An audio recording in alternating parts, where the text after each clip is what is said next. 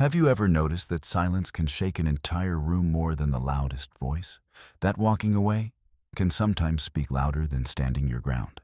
What if I told you that your constant availability is the very thing draining your power, your peace, and your presence? Let's take a deep dive into the psychology of presence, boundaries, and Carl Jung's timeless insight into energy, projection, and individuation. From childhood, we are conditioned to be polite, responsive, and emotionally accessible.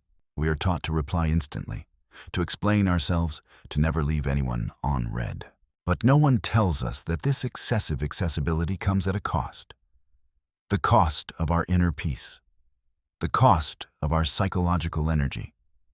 The cost of our authentic identity.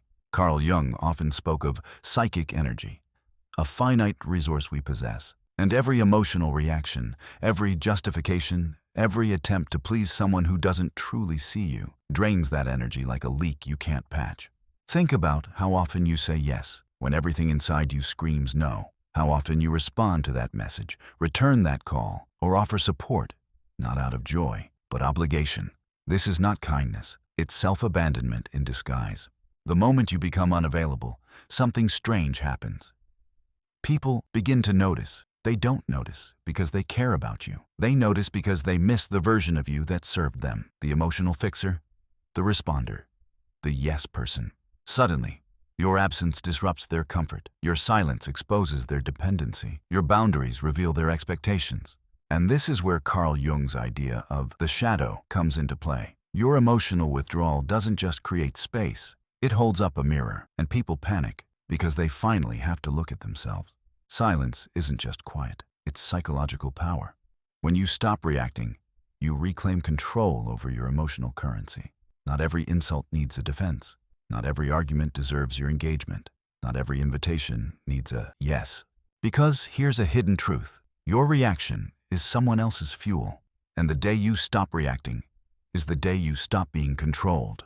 When you become emotionally unavailable to manipulation, you're no longer a puppet on the strings of someone else's insecurity. People will call you cold. They'll say, you've changed. They'll accuse you of being selfish, distant, or hard-hearted. But the truth is, you're healing. For the first time, you're placing your needs ahead of others' expectations. You're choosing solitude over performance, peace over validation, boundaries over burnout. Carl Jung said, "Who looks outside dreams. Who looks inside awakens."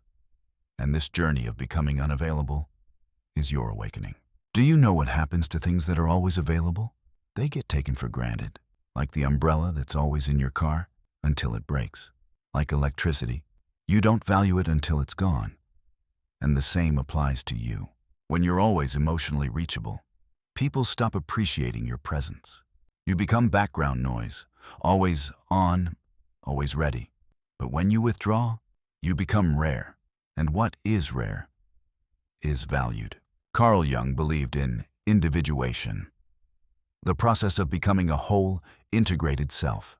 And this process demands one essential thing: distance from collective conditioning. That means stepping away from the expectations society, family, and relationships have built around you. It means choosing your own path, even if it means walking alone. You stop being the version of yourself that exists for others, and you start becoming you. That takes courage. That takes silence. That takes being unavailable for everything that doesn't align with your soul. Your time, your presence, your emotions. These are all forms of currency. Would you give away all your money to people who only show up when they need a favor? No? Then why do you give away your energy so freely? Every emotional message you reply to without feeling. Every just to keep peace hangout you go to. Every argument you entertain just to prove a point is a withdrawal from your energy bank. Jung said, energy flows where attention goes. So where is your attention going? People project their needs onto you. They want you to be the rescuer, the listener, the validator, the forgiver. But the moment you step back, you reveal the illusion. They never loved you. They loved what you gave them. And that realization, it stings. It triggers guilt, shame, and confusion. But it's also freeing, because you finally see through the mask. Let's be clear. Silence doesn't mean cowardice. This is not about being passive or weak. This is about conscious silence, a silence that is active, powerful, chosen. Jung believed that only in silence can we truly meet ourselves. And in a world obsessed with reaction, this kind of silence becomes a revolution. It's the language of those who no longer need to explain themselves to be valid. So what happens when you stay withdrawn long enough? You begin to hear something. At first it's faint, then louder. It's your own voice, not the voice shaped by people-pleasing, not the voice distorted by guilt, but the voice of you, raw, clear, grounded. This is where you stop asking, what do they need from me? And start asking, what do I need from myself? Yes, you'll lose people. Yes, they'll misunderstand. Yes, they'll talk. But none of it compares to the peace you'll gain. You'll sleep better, think clearer, create more, love deeper, because your emotional space is no longer cluttered with guilt and obligation. You're not emotionally absent.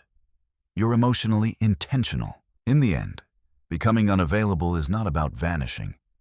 It's about reappearing in your full power. It's about being present, only where your soul feels seen. Being responsive, only when your heart is respected. Being alive, in places that nurture your growth. Carl Jung taught that transformation is often born in isolation.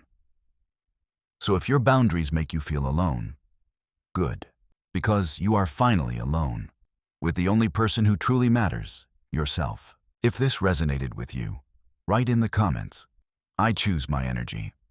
Let's see how many of us are choosing intention over exhaustion. And don't forget to watch the next video. It will help you protect your peace even deeper.